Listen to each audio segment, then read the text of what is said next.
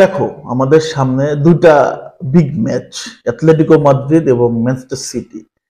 এই দুটা বিগ ম্যাচকে কেন্দ্র করে আমাদের কোচ কার্লো আনচেলত্তির উচিত ছিল যে এই স্পানিওলের সাথে ম্যাচটা কিন্তু খুব একটা ইম্পর্টেন্ট না, এবং ইম্পর্টেন্ট ম্যাচ, বাট বড় বড় প্লেয়ার দরকার নেই, যে কোনো প্লেয়ার দিয়ে ম্যাচটা কিন্তু বের করা সম্ভব। সো অবভিয়াসলি তার উচিত ছিল রুডিগার, কিলিয়ান এমবাপ্পে, ভালভার্দে বা জুড বেলিংহাম, এই তিনজনের কাউকে অন্তত রেস্টে রাখা। রেস্টে রাখা কেন রাখা? কারণ নেক্সটে বড় ম্যাচ যদি কোনো রকম বিপদে পড়ে যায় তাহলে কিন্তু বিপদ। কারণ সামনে অ্যাথলেটিকো ম্যাচ, তারপরে হচ্ছে সিটির সাথে ম্যাচ, চ্যাম্পিয়ন্স লিগের। সো এই ম্যাচগুলোর জন্য তাকে ব্যাকআপ রাখা দরকার ছিল কার্লো আনচেলত্তির, কিন্তু সে কিন্তু এই ব্যাকআপটা করে নাই। না করার কারণে কি হলো? ওভারলোডের কারণে, ওভার ওয়ার্কলোডের কারণে কিন্তু গতকালকে রুডিগার ইনজুরিতে পড়ে গেল। এখন আপনি লাস্ট রুডিগারকে কবে দেখছেন যে কার্লো আনচেলত্তি বেঞ্চ করছে বা একটু রেস্ট দিছে? দেয় নাই তো। আপনি রেগুলার মেশিনের মতো খেলাই যাচ্ছেন, মেশিনের মতো খেলাই যাচ্ছেন রুডিগারকে, আর তার তো রেস্ট দরকার আছে ভাই। রেস্ট দরকার নাই? একটা ডিফেন্সকে আপনি কতটা প্রেসার করতে পারেন? আপনার তো অপশনস আছে। রাউল অ্যাসেন্সিও বসে থাকে, রাউল অ্যাসেন্সিও বসে থাকে। আল্লাবা ব্যাক করছে, আপনি আল্লাবাকে একটু সুযোগ দেন, রুডিগারকে সেভ করেন। আপনার আহ, জেসুস রয়েছে, আপনার আগুডো রয়েছে, রিয়াল কাস্টিলের কিছু প্লেয়ারকে আপনি সুযোগ দেন, আপনি আপনার মেন প্লেয়ারদের সেভ রাখেন। তো আপনি যদি এই প্লেয়ারদের একটু রেস্ট না দেন তাহলে তো বড় বড় ম্যাচে বিপদে পড়বেনই, এবং সেটাই ঘটছে। যে অ্যাথলেটিকো মাদ্রিদ চ্যাম্পিয়ন্স লিগে সিটির সাথে ম্যাচে আমরা কাকে পাচ্ছি না? রুডিগারকে পাচ্ছি না, মেন ম্যানকে পাচ্ছি না।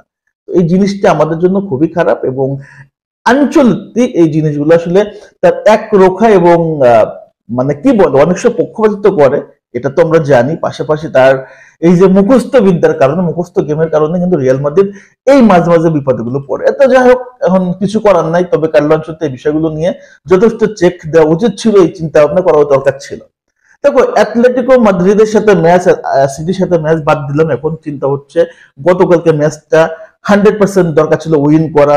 স্পানিওলের মাঠে যে ম্যাচটা খেলছে রিয়াল মাদ্রিদ, রিয়াল মাদ্রিদ ভালো ডোমিনেট করছে, আমি বলবো সর্বোচ্চ ডোমিনেট করছে।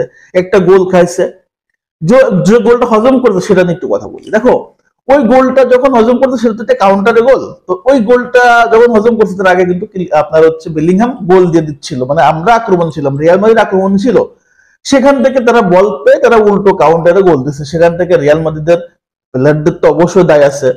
তারপরে যে বলটা লুকা মডরিচের কাছ থেকে বলটা নিয়ে গেল, লুকা মডরিচ ভাই কি বলবো, বয়স হয়েছে, কিছু কিছু ম্যাচ এত ভালো খেলতেছে, কিছু কিছু ম্যাচ হারাই ফেলে, আর কিছু কিছু ম্যাচ এত বাজে করে, যেটা গতকালকের ম্যাচটা ছিল। এবং ইজি ট্যাকেল সে করতে পারে নাই।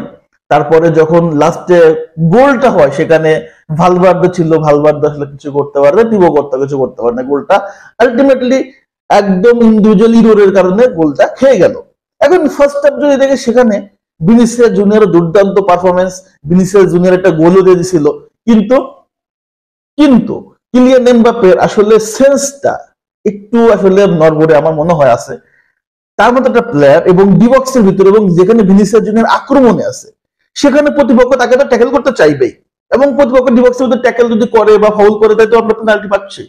কিন্তু সে কি করছে? উল্টো প্রতিপক্ষ প্লেয়ারকে ধাক্কা মারছে, এবং যখন ধাক্কা মারছে তখন ভিনিসিয়াস গোল দিছে। এখন ওই টাইমে গোলও হয়েছে, ধাক্কা মারছে, ফাউলও দেখছে। এখন রেফারি কি ফাউলটা দেখছে, রেফারি তো আর গোলটা কাউন্ট করবে না, কারণ ফাউল তো করছে কিলিয়ান এমবাপ্পে। এখন যদি ফাউলটা প্রতিপক্ষ করতো তাহলে পেনাল্টি হয়ে যেত। এখানে আসলে কি বলবো, আমাদের কিলিয়ান এমবাপ্পে এটা ভুল করে ফেলছে। এখন ভুলটা আসলে ভুলই, কিন্তু ভুলের মাসুল তো ম্যাচটা হেরে দেওয়া লাগলো।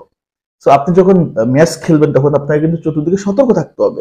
সো এই যে কি বলবো, আমাদের কিলিয়ান এমবাপ্পের এই মিস্টেক গুলো খুবই হার্মফুল হয়ে গেল গতকালকে। পুরো এই মিস্টেকের জন্য পুরো ম্যাচটাই ছাড়তে হলো, 3টা পয়েন্ট ছাড়তে হলো। এটা কিন্তু খুবই কস্টলি।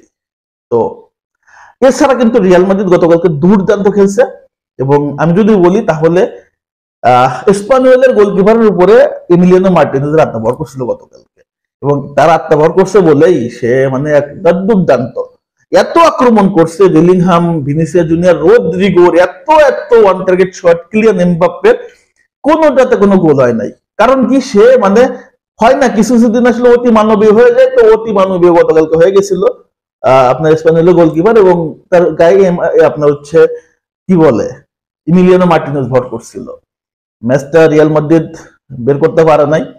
সো এখানে আসলে কিছু করার নাই। অ্যাথলেটিকো হচ্ছে বর্তমানে আমরা 1 পয়েন্ট আগে আছি, বার্সেলোনা হচ্ছে একটা ডিস্টেন্স ছিল, হয়তো ডিস্টেন্স কমে যাবে আজকে। তো এই ম্যাচটাতে আমি আসলে রিয়াল মাদ্রিদের দোষ কি দিব? মাঝে মাঝে একটা ম্যাচ হয়ে যায় এমন, কিন্তু সুযোগ তো ছিল ম্যাচটা বের করার। ইন্ডিভিজুয়াল ভুলে, ইন্ডিভিজুয়াল ইরোরে যদি আসলে ম্যাচ হেরে যান, আসলে কিছু বলার নাই। সো এটা ব্যাড লাক। তবে এই ব্যাড লাকটা যদি নেক্সট ডে অ্যাথলেটিকো মাদ্রিদের সাথে অথবা নেক্সট ডে আপনার চ্যাম্পিয়ন্স লিগে না হোক, কারণ এগুলো হইলে কিন্তু বিপদ আছে। সো আলোচনা এতটুকুই। গতকালকে ম্যাচ নিয়ে আসলে আক্ষেপ থাকবে, আপনার হতাশ থাকবে, বাট সেখান থেকে আলো বের করতে, বিকজ ম্যাচটা হারছি, সমস্যা নেই, নেক্সট ম্যাচগুলো আসলে কামব্যাক করবো এবং নেক্সট ম্যাচগুলো গুরুত্বপূর্ণ, এটাতে আমাদের আসলে ফোকাস রাখতে হবে। এই হারটা দরকার ছিল, একটা স্পিড ব্রেকার দরকার আছে। সো সবাইকে ধন্যবাদ জানাচ্ছি, মন্তব্য কমেন্টস করে জানিয়ে দেবেন। আল্লাহ হাফেজ।